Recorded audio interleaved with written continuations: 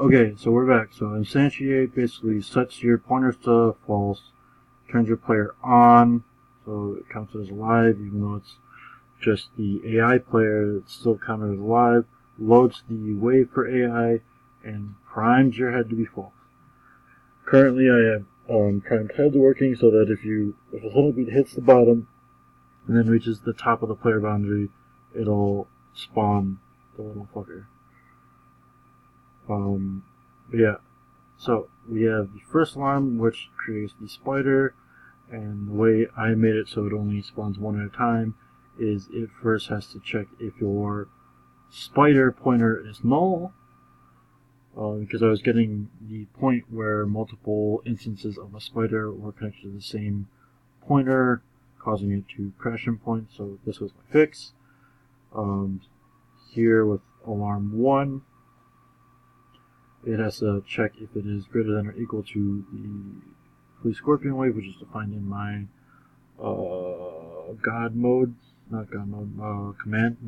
common file, which is 1. I left this as greater than or equal to, so that it's constantly spawning just so you have a chance to see it.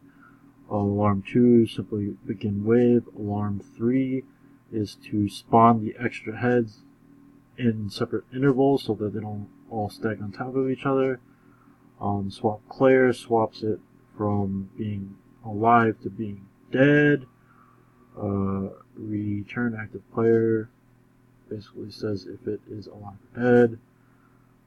Here is where the actual wave data comes into play. For resetting the timer, you take a timer value and create a rand of the loaded max time minus min time, and then from there you add it to the actual min time to get your new timer value for spawning the actual spider. Similar to that is the scorpion timer, very much the same, but it takes in the scorpion name instead, just to create that. Whenever you spawn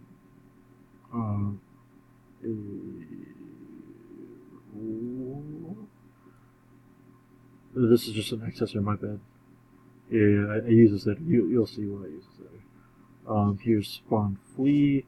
So first it has to check if there is no flea spawn, as well as if the wave permits. And again, it needs to be past wave 1 to permit. And then here, it'll check if you are at the current mushroom limit, which is set to 5 from the fun shenanigans of my common file. And it always asks for the grid to return player, so if there's 5 there, it won't spawn. But yeah, and then it asks for create flea, and every time a flea, basically in all of the spawners on instantiate, it connects their pointers to the wave manager so that it can handle it correctly. So that's specifically for like cleanup in the end as well as wave stop. So it calls created and calls destroyed, which says it passes in this on that specific critter so that it keeps track of the active critter on screen, and then destroys it, deregisters it upon death essentially. Same with scorpion, as well as bullet. And then when centipede is created, it's actually pushed into this list here, which is then used with the destroyed function, and upon destroy, it removes that specific centipede body and or head from the list. And if they're destroyed by a bullet, like when was shot equals true within the whole centipede code, it basically blasts out to this specific bit here. So the chance that that was the last body or head that is destroyed, it checks if you're alive, because there's the off chance that you get killed by the spider or some other entity while your bullet still kills the last centipede.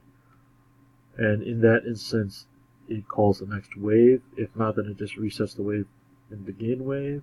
Here's wave stop, and what it does is it goes through all of the active critters that were connected via pointers, and it calls their wave stop function, which stops the noise, their movement, and eventually destroys them later, as well as setting the alarm for spider and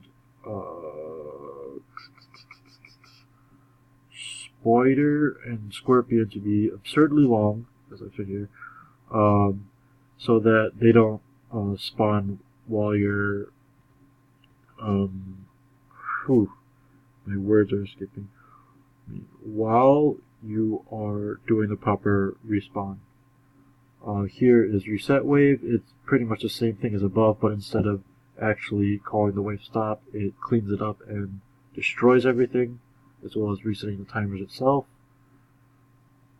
Begin wave always starts with checking if you can spawn a flea by calling this flea spawn, resetting the timers for your spider and scorpion, and then spawning the actual centipede based off of that instance. Spawns that centipede's length and so on and so forth, as well as the heads, which are then spawned but then sent back to the spawn head alarm. Here's your player status again, if you're dead or alive.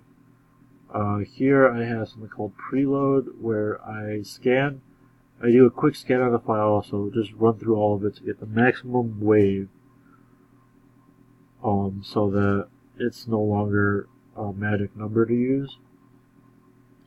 So load wave data, you create a temporary max wave num and call preload on it so that it is the true maximum wave, and then from there you call the double for loop to go through it all, and with that it goes through the maximum waves available to the wave data size itself, which is set to 10 because there's 10 inputs, and I've changed the name so that they're slightly more humane to look at. So we could pull that up real quick.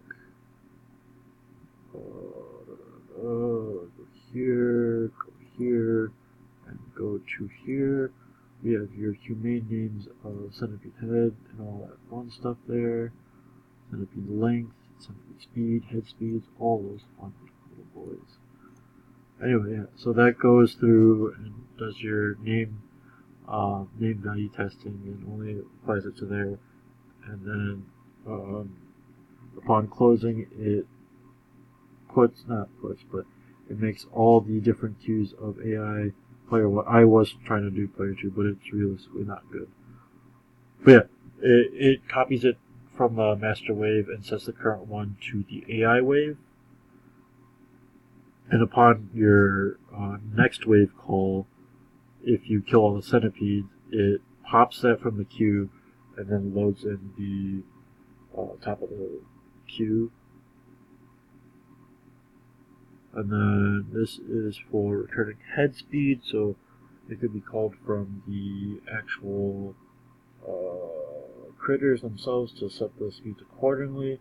So there's head speed, spider speed, centipede speed, although this one is irrelevant since I was doing too much testing with trying to get my final state machine working, but it's now trashed. Here's swapped waves. So if it's AI, it'll go to 1. If it's 1, it'll go to 2. If it's 2, it'll go to 3. Or if it's 2, it'll go back to 1, which is all originally set for my testing back in the day, as well as me trying to get player 2 up. But that's not happening. Here's reset all wave timers to set them all to absurdly long numbers so none of them spawn anything. And here's prime head. So prime head, when a centipede hits the actual player bound area, it calls prime head to set this value to true, and release is only called when you go from the bottom back to the top of the player bound area so that it spawns it on either side of the Y upper bound. And here's the destructors to cancel the alarms, no pointer, no pointer out in the destroyer. So, what is left? Let me see. Okay, so lastly we have HUD. So first off, this is the standard stuff from Glyph. So here's your flyweight pattern using all your delicious demo reel stuff. So call your Glyph delicious shenanigans and your sprite sheets and all that fun stuff. Right? So that's all that. It's pretty much a copy straight from the demo itself to use a flyweight pattern that we've discussed. Now for the actual HUD itself, when going into it, start from the very beginning. There are parts that are clean and parts that are real messy, but we'll survive through it. So instantiation, we call... I call forth a blaster sprite only because I didn't realize after switching sprite sheets to the one that included player. That's past effect.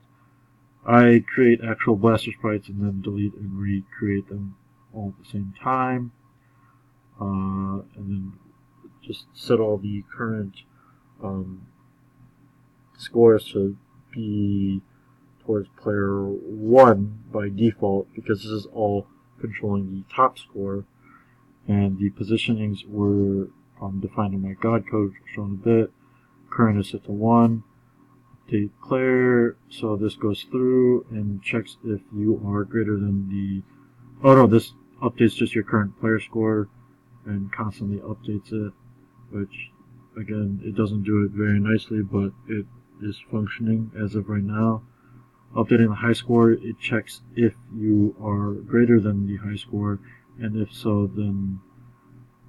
Oh, no, I do that code in Player Manager, which I'll again show in a few seconds. Anyway, so back to this, we update the middle column high score area with whatever new score you throw into there. Here we have a Glyph iterator just to clean up some parts in draw. So within draw, we have the lives to return their lives, as well as the position offset. And here's where we call the iterator multiple times. For the actual the actual posting of the lives themselves, I have this set up, which I could probably make into function, but my problem with that is, I guess I could, whatever. It was just the positioning that I set up within my common file that was messing with me, that I didn't want to mess with too much. And then swapping player HUDs themselves, it only swaps between the first two players. So if it's 1, you set everything to 2. If it's 2, you set everything to 1. Title screen is where it gets real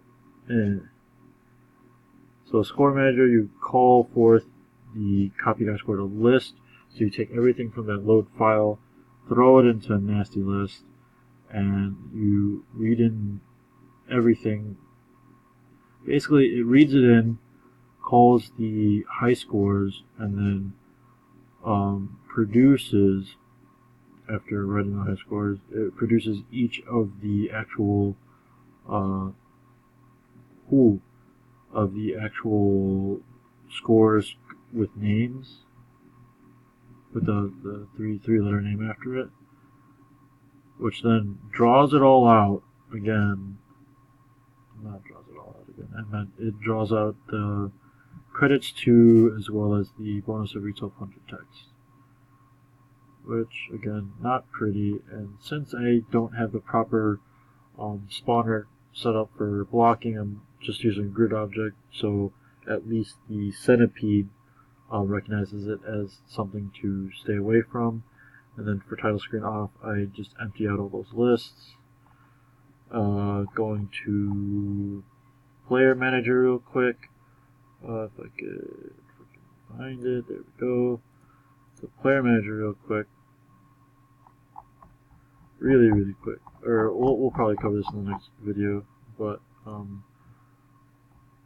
so here I am holding some score values, which I questioned you multiple times if it should be in Score Manager, but you insisted it stayed in Play Manager. Anyway, it's here and it's working. I have this specific function for if beat and these two reaching functions within Player Manager,